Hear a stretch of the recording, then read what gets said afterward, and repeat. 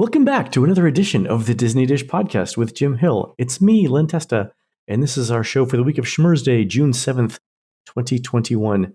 On the show today, news, listener questions, and in our main segment, Jim gives us the history of the Mission to Mars attraction in Tomorrowland. Let's get started by bringing in the man who observes that while people say you are what you eat, he's on his fifth Happy Meal, and he's thinking, maybe not.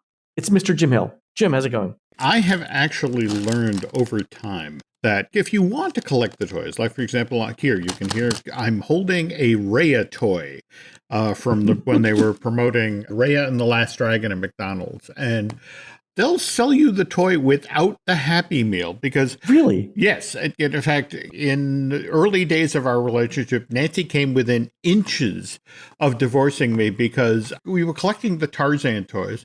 And it was one of these things where it's like, I didn't want to eat the food. You know, it was the... just want the... I just want the toy. And so it was one of these things where I literally threw away a bag full of McDonald's food. And again, Nancy is a child of the Depression.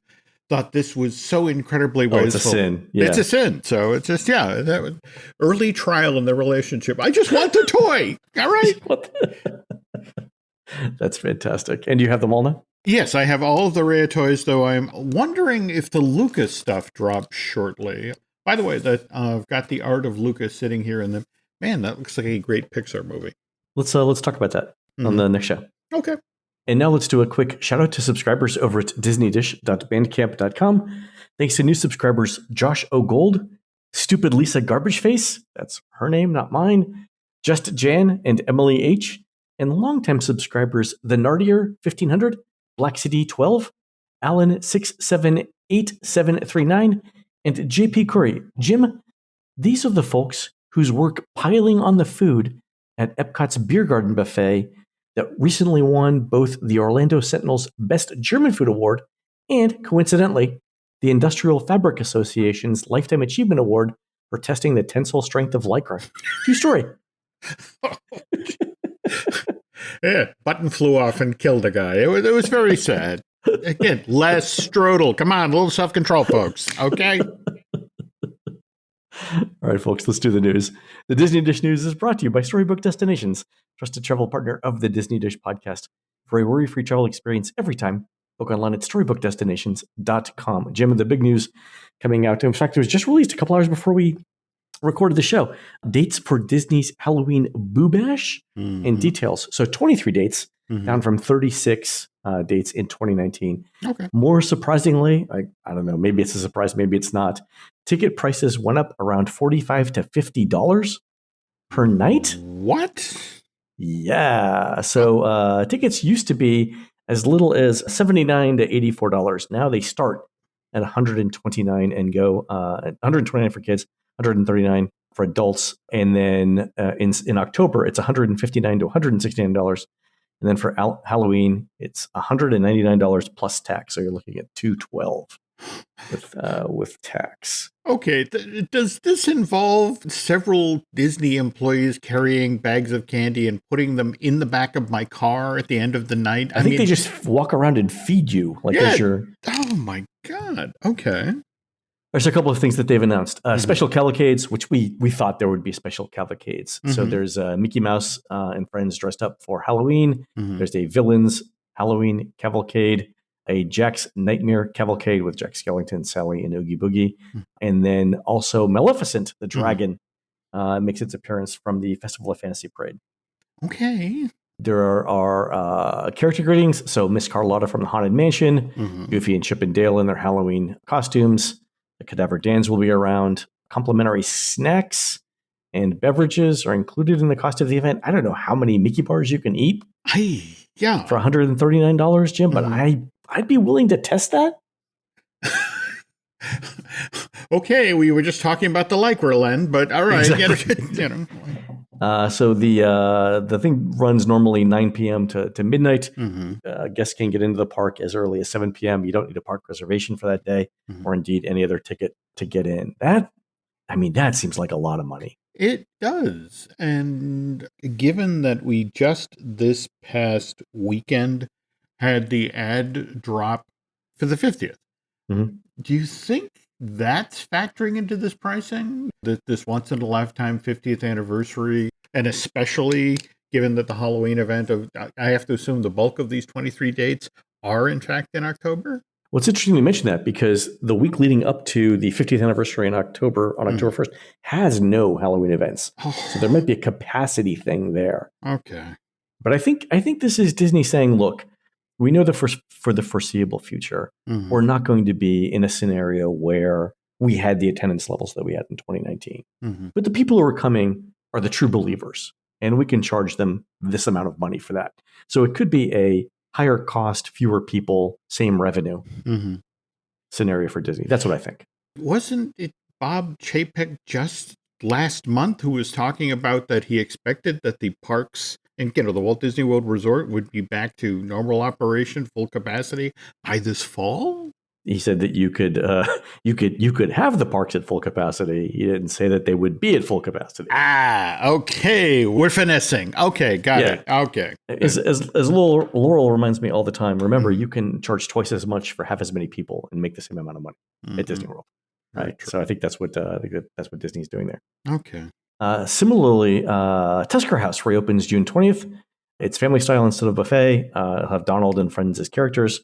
My sense is this will be like the other things, like a garden grill, where they'll be walking around at a distance. You'll be able to take photos from a distance, but none of that sort of like Goofy walking up to you and hand feeding you your scrambled eggs type thing, which I will miss because Goofy had a certain elegance about him when he was eating it.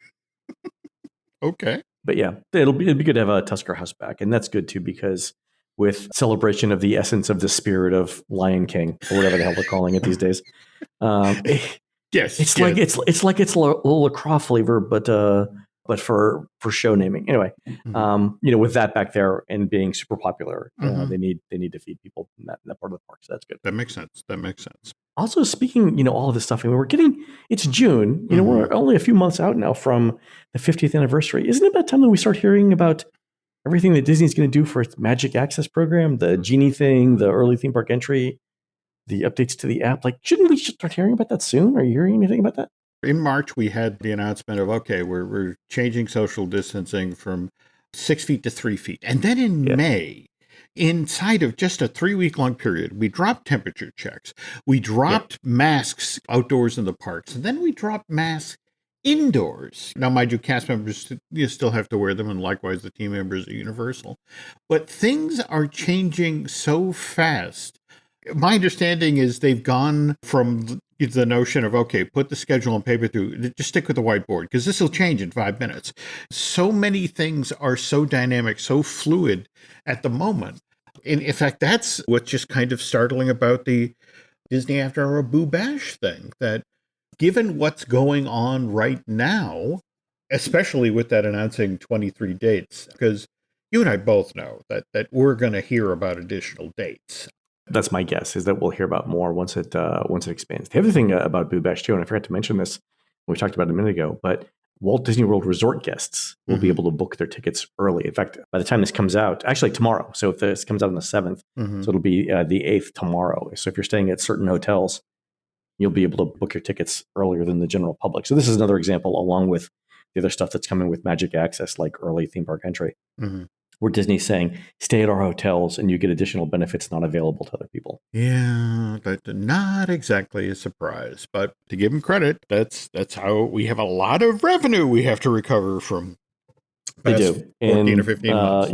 We'll talk about the fact that they've only got one ride opening this year, and so they need to promote staying on site for other reasons, and that's one of them, right? Yep. Basically taking advantage of everything they can. All right, Jim, let's do some listener questions. First one from Kim in Belgium, who says, I hope you can help me. We've booked a vacation to Walt Disney World in late August 2022. My question is, will Cosmic Rewind and or Tron be open? What do you guys think? It seems construction on both attractions is moving on. So, Jim, August of 2022. If I were a betting man, Tron of the two, the light cycle attraction, will be the one that's up and running. The wild card, of course, with Cosmic Rewind is you've got poor James Gunn, who's got to shoot when they're shooting Volume 3 of Guardians of the Galaxy. He's not just shooting the movie. He's also at the same time shooting the Guardians of the Galaxy holiday special, which debuts Christmas of 2022 on Disney+. He's got to shoot the ride footage for Cosmic Rewind in addition to the film and get it all on time, all on budget. Yeah, that's a lot. That's a lot. There's so much going on right now in Central Florida around being able to hire workers to work on these things. Because let's face it, some of this stuff is specialized construction. You're not just going to hire people off the streets to do it. No. And I know that the Disney's having some trouble with that. But yeah, I think Tron will be farther along. The other thing too is, I mean, as we saw with Remy's Ratatouille Adventure, Disney is willing to delay the opening of things so that they have something available in each fiscal year.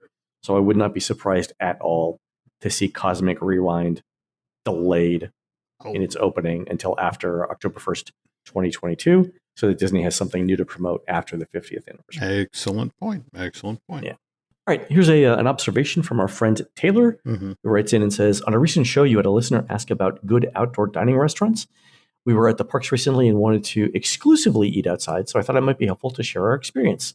First, as you described, we never had any issues being threatened with a no-show. If outdoor seating was unavailable, they just cancel, but we waited for a table to be ready, and the longest way to wait was 20 minutes or so. So in addition to the places you and Jim suggested, our family also really enjoyed Olivia's at Old Key West, where the tables are undercover with fans, and I forgot to mention this, but Taylor's right. The one downside to this is if it rains, you're out of luck. You have to run inside. But Olivia's is definitely available for breakfast and dinner. Trattoria Al Forno, though at dinner you're in the sun, so Taylor says he would suggest breakfast.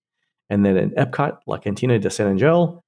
And Taylor says the empanadas are the way to go. I am on board with that. And also Rose and Crown. So if you're looking for outdoor places to eat, Olivia's, Trattoria Al Forno, La Cantina, and Rose and Crown. Thank you, Taylor, for sending that in. We also got an email, Jim, from Emily in New Jersey, who writes, I'm a longtime fan of the show and an avid Run Disney enthusiast. Your description of running down the hill with wet feet to the porta potties before the race, I'd be cracking up before it's true. And then Emily and I did this whole thing about like all the weird stuff that we've seen in a Disney race. It's not fit for a family show. But anyway, Emily says, I felt the need to add my 2 cents from last week's show. You mentioned Run Disney was waiting to see what the other marathons did and that New York was virtual. Boston is virtual this year, but New York is virtual and in person. And I realized that after I read the website, which wasn't super clear. So the New York Roadrunners Association is expecting 33,000 finishers. Maybe there's a chance for us Run Disney fanatics in 2022. If not, at least I've got my Peloton. So cool. Thank you for that, Emily. And a couple of other people wrote in and said the same thing. But man, I looked at the website. I didn't see it, but that was just me. We're in such a weird window right now. We're not post-pandemic. I mean, that's the thing. To hear people talking post-pandemic, and you think about these large events, and particularly large events that involve a certain level of insurance, and it's like, oh no, you are virtual, and okay, maybe you can have an in-person component, but certainly not the size of the field that you've had previously. Yeah, and based on other stuff that we heard, and I don't know if we can talk about it on the show, but other stuff we heard behind the scenes, I'd be surprised if they were able to do January, but April might be a possibility. So we'll see. I agree. Yep.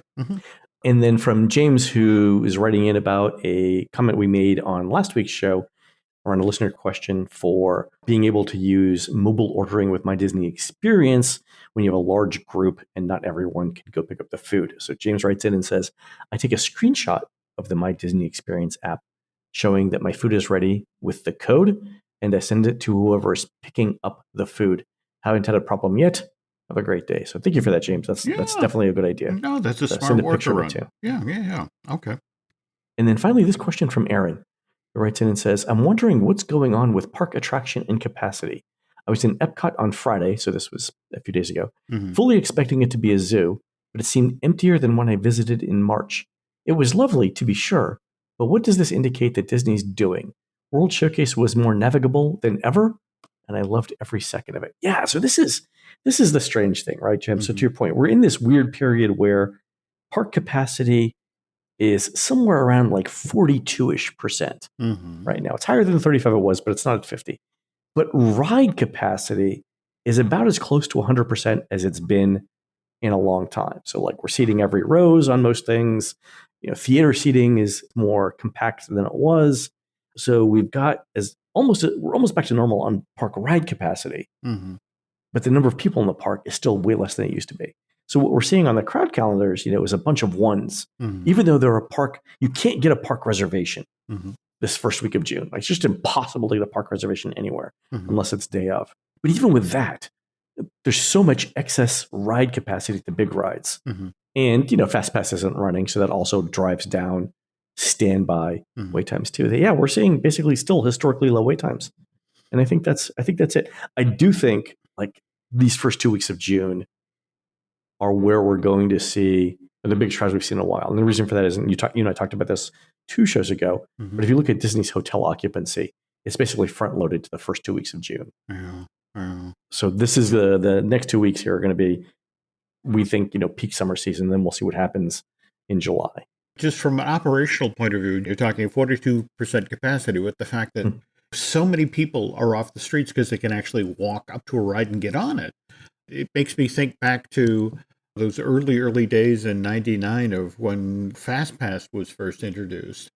And the notion of it's like, look at all the extra people on the street. And it's like, well, they're not extra people. They're people who can step out of a queue because they know they can get on the ride in an hour. That's the thing. So we're trying to figure out like Mm-hmm. what the parks are going to look like in terms of, wait times and stuff like that. Mm-hmm. If Genie comes along or whatever they call it, Magic Access or whatever. Mm-hmm. And, the rumor is that it's going to be, virtual queues for everything for a price.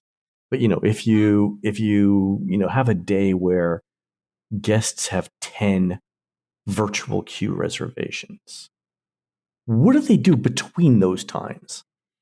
Right? Mm-hmm. Like, what do you do then? Yeah. And without FastPass, Mm-hmm. I mean, you're talking about the last time that pre-FastPass, Disney was what, at like 13, 14, 15 million guests, and it was closer to 20 pre-pandemic, right before the pandemic. Mm-hmm. That's a lot of extra people now not in line at rides. And I think, Disney's industrial engineering models are predicated on the fact that somewhere around a third of the people in the park are in line or on a ride at any given time. And what happens when they're not? Yeah. Super interesting stuff. I genuinely feel bad for you when you have to put on your unofficial guide hat, when you have these sort of seismic changes to the way the parks have previously operated. And, people are looking for you to have instantaneous feedback. The all-knowing, all-seeing Len Testa, and it's like, well, I don't know yet. So like... So we're gonna be hiring a summer intern to do nothing but theme park modeling, I swear. Okay, that's probably a very smart way to go. So I mean, the good thing is that I think that most of the stuff that Disney's coming out with will be priced so high that relatively few people will do it. Yeah. And so then the question is like, what's left for the masses? We'll see. Okay. All right, folks, we're going to take a quick commercial break. When we come back, Jim goes all Elon Musk on us and talks about the Mission to Mars ride in Tomorrowland. Tito's Handmade Vodka is America's favorite vodka for a reason. From the first legal distillery in Texas, Tito's is 6 times distilled till it's just right. And naturally gluten-free, making it a high-quality spirit that mixes with just about anything. From the smoothest martinis to the best Bloody Marys. Tito's is known for giving back, teaming up with nonprofits to serve its communities and do good for dogs. Make your next cocktail with Tito's. Distilled and bottled by 5th Generation Inc., Austin, Texas. 40% alcohol by volume. Savor responsibly. All right, Jim, before you promote Dogecoin and try and sell all the listeners solar panels, why don't we talk about Mission to Mars? Where would you like to begin? If you talk Mission to Mars, you really have to go, again, I apologize for going James Michener on you rather than Elon Musk. But In the beginning, in the beginning, you have to talk about the attraction that led to Mission to Mars, which, of course, was Rocket to the Moon. Back in the day, what was the tallest structure at Disneyland Park when the park opened in 55? And, the smart money, of course, would be on Sleeping Beauty Castle, central icon of the park. But it turns out the TWA Moonliner, which was the icon that drove people deep into Tomorrowland, that actually, because of the 8-foot-tall legs it stood on, was taller than Sleeping Beauty Castle. It the very peak of it was 80 feet tall. Wow. You look at it today, and It's charmingly low tech. Our nation's space program hadn't even really gotten launched at this point. Sputnik didn't get launched till 57, and that was kind of the inciting event for the U.S. to join the space race. But Walt had consulted with Wernher von Braun in the making of this attraction, and so it was genuinely cool for back in the day. I mean, you'd queue up to supposedly board the Star of Polaris, and you'd eventually make your way inside of one of the 203-seat theaters. There was supposedly a giant television screen on the ceiling of the room, and then a equally large television screen at the floor of the room, so you could watch where you were going and where you had come from. Now, Of course, this is the early days of theme park. That's not a television screen. That's a 16 millimeter projector back there, but it's all synced up and so low tech. People today talk about, you get in the cabin and it would vibrate, and it's like, oh my God, we're blasting off. And it's like, well, no. In the corner under the stands where all the seats were, when it came time for the rocket to blast off, there was a truck tire with an independent motor. and it would vibrate the theater to get us started. You get the feeling, You get the feeling when they were building Disneyland and they would find spare parts for things to make these mechanisms work. You get the feeling that nobody left their cars unlocked.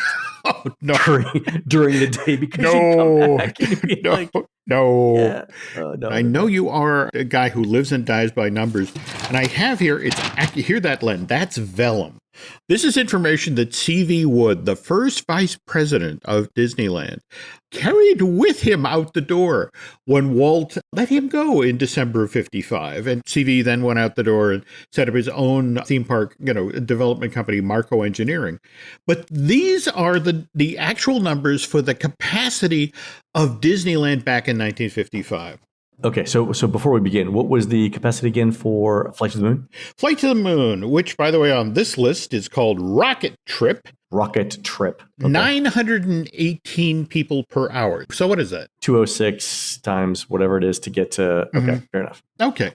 But the attraction with the largest capacity and in the park at that time was Jungle Cruise. It had 2,112 guests per hour. That's a lot. I mean, that's a lot even now. Well, it is. But that was the equivalent of the e-ticket for the park. And so they got really, really good at loading as many people as possible. Speaking of boat ride with high capacity, we have the Mark Twain Riverboat, which had 1,500 people.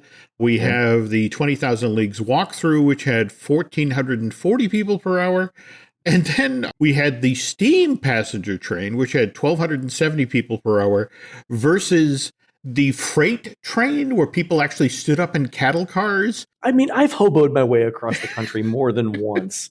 And I got to say, you can pack more people into those cars than you'd think. That wasn't what the Disneylanders back in the day found out. They could only get 1,000. This is pre-industrial engineering, Jim. I'm telling you. Well, you could only get 1,000 people an hour on the freight train, but yet you could get 1,774 people on the Tea Party? How exactly are you doing that? Well, they're being flung off the Tea Party as the ride's going, and you can just keep them going there. Maybe that's it. I don't get that. But anyway, all right. So like I said, so we're getting 918 people per hour on the Rocket to the Moon. Yeah, that's not great. So for perspective, Dumbo, one side of Dumbo these days is like 700. Wow. And that's better today because back in the day, they were only getting 464 people per hour on that thing. Yes, they might have cut it down. They've probably added more arms to it as well. Yeah, that makes sense. Okay, so anyway, the problem of doing a ride that's set in the future is the future doesn't last quite as long as you might expect it would. And the folks at TWA understood this, which is why 6 years into sponsoring Rocket to the Moon, they're like, Walt, we're good. We're going to step away.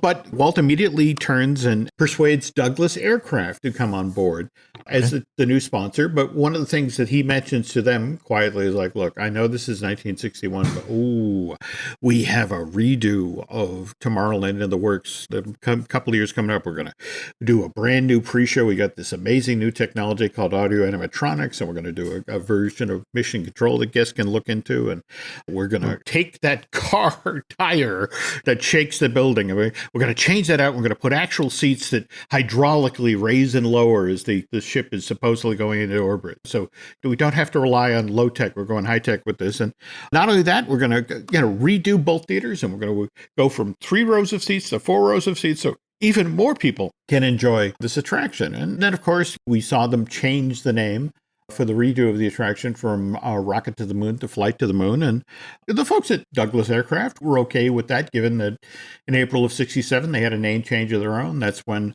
they merged with the McDonnell aircraft, and that's when they became McDonnell Douglas, the aerospace giant. Right. So original version of Rocket to the Moon closes September of 66. Brand new version, now called Flight to the Moon, opens in August of 67, but less than 2 years later, people are actually standing in Tomorrowland in July of 1969 and looking at live projected images from television. They set up technology in the Tomorrowland Theater so people, while they're at Disneyland, could actually watch Neil Armstrong and Buzz Aldrin on the Relief for Real moon. Oh, that's right. Yeah, there's less than 2 years later. Yeah, okay. Yeah, right. And immediately after that, attendance starts to drop at the Flight of the Moon attraction. This isn't just a phenomenon that's linked to Disneyland. In fact, I think Apollo 13, the Ron Howard movie, actually talks about the television ratings plummeted for the broadcast of the moon mission.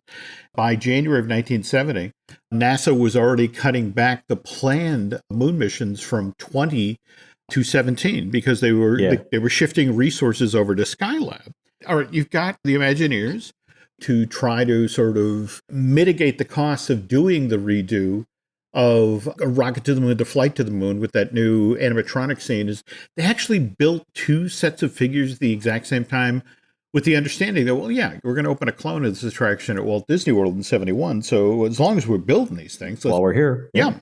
They did this a lot in the 60s. In fact, Mark Davis was telling me about in 68, things got really tight in fabrication at WED because that was the year they were building 2 entire sets of Haunted Mansion figures and props, because Disneyland version would open in, August of 69, whereas the other one basically went into storage because it wouldn't be installed at Walt Disney World till October of 71. So, yeah, but they have to keep everything around for 2 years. Yeah. So same thing happened. Now, mind you, the Disney World version of Flight to the Moon wouldn't open till 2.5 months after the Magic Kingdom opened, and that was largely because Tomorrowland fell behind schedule. But same thing, when they opened that one up, they had the same thing go on. It just didn't do the numbers from day one, and the whole thinking was like, I guess the moon isn't quite the draw that we thought it was. But the Imagineers, they had a plan, and they for them, the way out of this problem was that just to look past the Apollo program to the next exciting thing that NASA was doing, and that was Viking. Now, starting in the mid-1960s, NASA started sending probes to Mars, its Mariner program. And after they'd successfully, had to put a couple of satellites into low orbit and did some photography, they then decided that they would send an actual lander to Mars. They would launch it in August of 1975, and it would finally land in July of 1976, which not a date chosen at random. You got to remember, July of 1976 is when America is celebrating its bicentennial. So during that month, Americans would be feeling particularly patriotic. And so the whole notion of, hey, we landed something on the moon, our pioneer spirit is still alive. So, that was the thinking. So the Imagineers are, look, we're going to Mars, and people will be excited about that, especially around the bicentennial. So let's try to get this show in place in the spring of 75, which, by the way, is when Disney began its 2-year-long bicentennial celebration. American on Parade, when they did the 2 versions of that giant parade, that debuted the summer of 75. So it's all supposedly coming together. But the downside is they open Mission to Mars. The Disneyland version opens in March of 75. The Disney World version opens in June of 75 and is basically met with a collective yawn. It's funny because I remember going on, so my first trip to World was in 74, and I was super young then. But I remember going on the Moon version, Flight to the Moon. Yep. And then I remember going on Mars the next time too. And, like it not being at all like what I remembered. No, I mean, they upgraded the film elements, they upgraded the soundtrack. Considerable time and money was put into making the mission to Mars that much more an exciting show. But especially at Walt Disney World, the problem was that in January of 75, just down the street, Space Mountain had opened. Oh, yeah. And it's one of these things where it's like, come in, sit down, and we'll take you to Mars. The seat will go up, the seat will go down. Ooh, vibrations. Yeah. Or on the other hand, we could put you on an indoor roller coaster that supposedly simulates spaceflight. Yeah, And yeah. it wasn't really a contest. And in fact, it's really... My grandparents loved Mission to Mars, though. Well, no, I mean, it's just, there was definitely an audience for it. In fact, it's really telling, Len, that from when the attraction opened on both coasts in 75, Mission to Mars stayed open at Disneyland through November of 1992. Wow, that late. You're the one who's talked on previous shows about how, from a bookkeeping point of view, there's how long you will 20 to 30 years. Yeah. Right. You want to spread out your cost of building the attraction, coupled with the fact that it was very sturdy technology. It was an indoor attraction, which meant whenever it rained, there was a line. I mean, not for nothing, it became the extraterrestrial alien encounter with minimal changes. Right. Yeah, that's also interesting you mentioned that, because that they'd hung on at Walt Disney World's Magic Kingdom till October of 93, one more year than the Disneyland version. And you're right. Mm-hmm. They did put the extraterrestrial alien encounter in there, and it was the same theater setup, right? Circular seats around central. They put a stage in instead of the thing at the bottom, but you still had the vibrating seats. Mm-hmm. No, I mean, there was a lot of physical plant they could carry over. But the very fact that your grandparents loved the Flight to the Moon and Mission to Mars, and the notion of what is this thing pressing down on my shoulders, and why is something flicking at the back of my neck? It was a different ride, and people who would love the previous show hated the new one. On the other hand, if we go to the West Coast, that building stood empty for 6 years, Len. Really? Yep. Imaginary friends would periodically reach out and it's like, are you going to the park? And it's like, yeah, go over to the old Mission to Mars building and walk around the corner. And it's like, why do I want to do that? Because you'll see the paint treatments and some of the propping we're planning on doing for Tomorrowland 2055, the version they never built. But it was just the whole notion of, they wanted to see what some of these paint treatments and props would look like in the actual park. And they would just do it on a discrete corner that 90% of the public never saw. But anyway, when they finally do the new Tomorrowland in 98, that building effectively gets gutted, and that's where Red Rocket's Pizza Port gets built. Right. Okay. They actually built over the entrance. Now, mind you, it's 1/3 smaller than that 80-foot tall version of the TWA Moonlighter. Did I mention, by the way, that it actually had a name, the Star Polaris? No, that's interesting. Yeah, I always like that. But yeah, the 1/3 shorter version over the marquee. Now, maybe for the pivot here, but we have the Jungle Cruise movie opening up July 30th, and that's the latest in the series of movies that's based on theme park attractions. And of course, there are people who will tell you that trend started back in 2002 with the Country Bear movie, which isn't entirely true. No, Jim, like 3 people will tell you that it started with Country Bears, because that's the number of people that saw that movie. There you go. And 2 of them were Disney executives. By the way, Len, I'm in that movie. You're the other one. There we go. There is a moment in that film where, for a 1/10 of a second, you can see all 800 feet of my forehead in the background. That's hysterical. You should have an IMDb entry for that. Jim Hill, uncredited. There we go. All right. But this trend of attraction-based movies actually started in 97 with Disney's Tower of Terror, which aired on ABC October 26th of that year. And did so well in the ratings that the folks at the studio are like, ooh, could we maybe do that here? And so they go through the historic list of Disney theme park attractions, and the name that jumps out at them is Mission to Mars, because it's a hell of a title for a movie. Right. It's captivating, yeah. Yeah, but at the same time, there were people at the parks, it's like, that's been closed for 6 years, and it got really low popularity. Nobody remembers this. But they begin developing a Mission to Mars theatrical release in 1997. Okay. It turns out the first director that was signed to this movie was Gore Verbinski. He was the guy who directed the first 3 Pirates of the Caribbean movies, but he spent a full year developing a Mission to Mars movie, only to then in January of 1999 walk away from the project because Disney was having second thoughts and they were concerned about how costly the movie Gore wanted to make was. But they were already 2 months into pre-production and there were contracts in place and they were casting for a May start date for this film. Oh, so they were super close to starting. Yeah. So they needed another director. And so they scramble about to get somebody to replace Gore. And who do they end up with? Brian De Palma.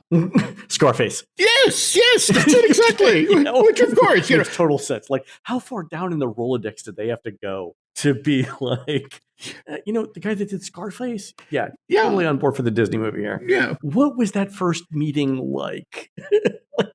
Yeah, you know what you did with Pacino? None of that. If you could do the opposite of that, that would be great. Just recently, Drew got to sit down with Brian De Palma, and over on his Light the Fuse, his Mission Impossible podcast, Brian goes into great length about his dealings with Disney, and toward the end, fighting with the executives there to the effect of, it's a special effects film. I need money for special effects. All right. We sent them to Mars. It's got to look like.